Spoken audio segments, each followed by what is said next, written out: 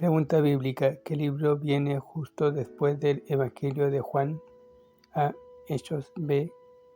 Génesis. C. Efesios. Respuesta A. Hechos.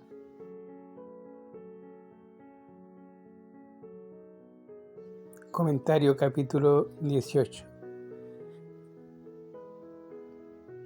Elías, su ministerio público. Muéstrate. Después de la preparación y la prueba en privado, el profeta ahora estaba listo para su ministerio público. Así que Dios le ordena que vaya a ver al malvado rey Acab.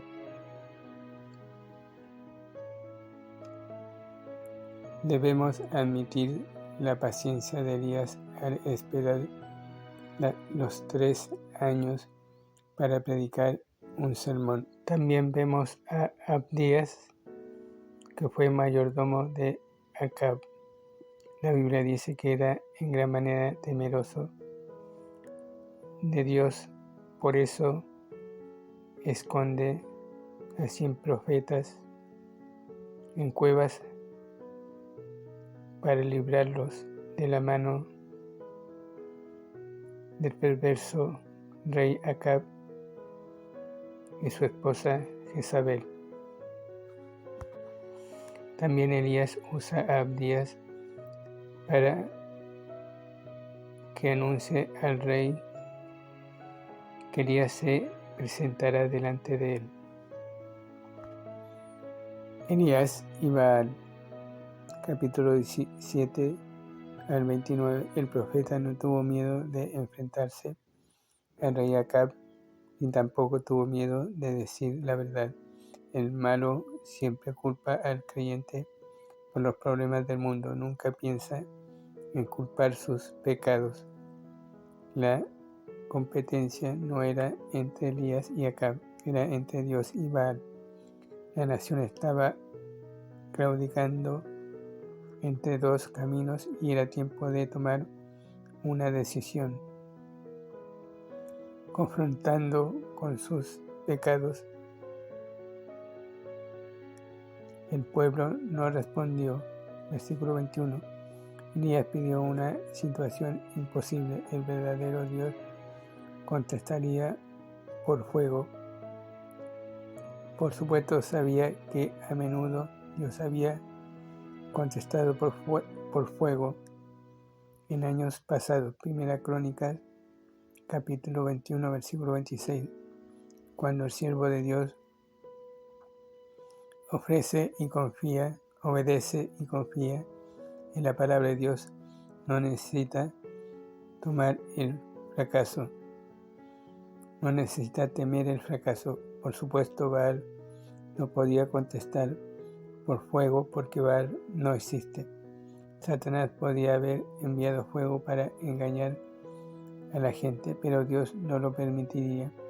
Elías se burlaba de los profetas de Baal. El que mora en los cielos se reirá. Salmos capítulo 22, capítulo 2, versículo 4.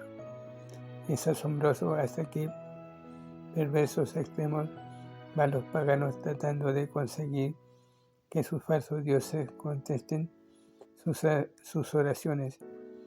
Mira el Salmo 115. Cuando llegó el momento del sacrificio de la tarde, a las 3 de la tarde, era obvio que Baal era un dios falso y no podía contestar. Elías e Israel, versículos 30 al 46. Dejar al descubierto la necedad y pecado de la adoración de Baal no fue sino la mitad de la tarea de Elías para ese día. Era más importante traer a la nación de nuevo a la verdadera adoración a Jehová. Elías no trataba solo de reformar al pueblo, quería también avivarlo.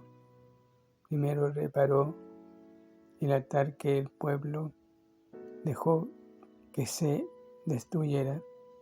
Este es el primer paso para la bendición. Reparó el altar personal de devoción, el altar familiar, el altar del sacrificio y la comunión con Dios. Al usar 12 piedras, Elías le recordó a la nación su unidad, porque durante muchos años la nación había estado dividida. Para hacer imposible que alguien prendiera fuego, Elías hizo vaciar 4 cántaros de agua 3 veces sobre la madera y el sacrificio, lo cual sería 12 cántaros de agua. El profeta hizo una oración sencilla de fe, y el fuego de Dios consumió la madera, el sacrificio, el agua y el altar. Pero Elías todavía tenía trabajo que hacer. Para empezar, los falsos profetas, 850 de ellos, versículo 19, tenían que ser degollados. Deuteronomio 13, 1 al 5. No es suficiente que reconozcamos que Jehová es Dios. Versículo 39. También debemos detestar lo que es malo y eliminarlo de nuestras vidas. El juicio siempre prepara el camino para la bendición. Entonces el profeta le dijo al rey que regresara a su casa, porque la lluvia se acercaba. Baal era el dios de la lluvia, pero no podía enviar fuego ni hacer llover. Al emprender el rey su camino, Elías empezó a orar por lluvia de la misma manera en que 3 años antes oró por la sequía. Santiago capítulo 5 versículo 17. Sabía cómo velar y orar, y sabía cómo persistir en la oración hasta que Dios enviara respuesta. Dios no envía lluvias de bendición, sino hasta que el pecado sea juzgado.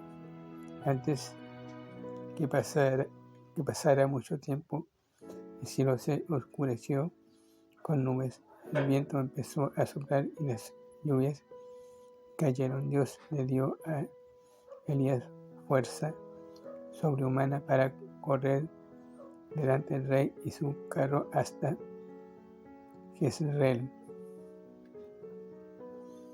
Lo que hacemos con Dios en privado es mucho más importante de lo que hacemos por Dios en público.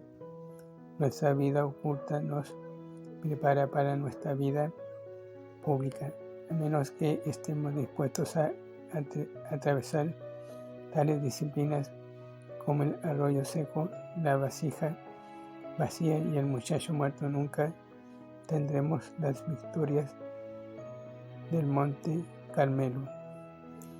Los que esperan a Jehová tendrán nuevas fuerzas.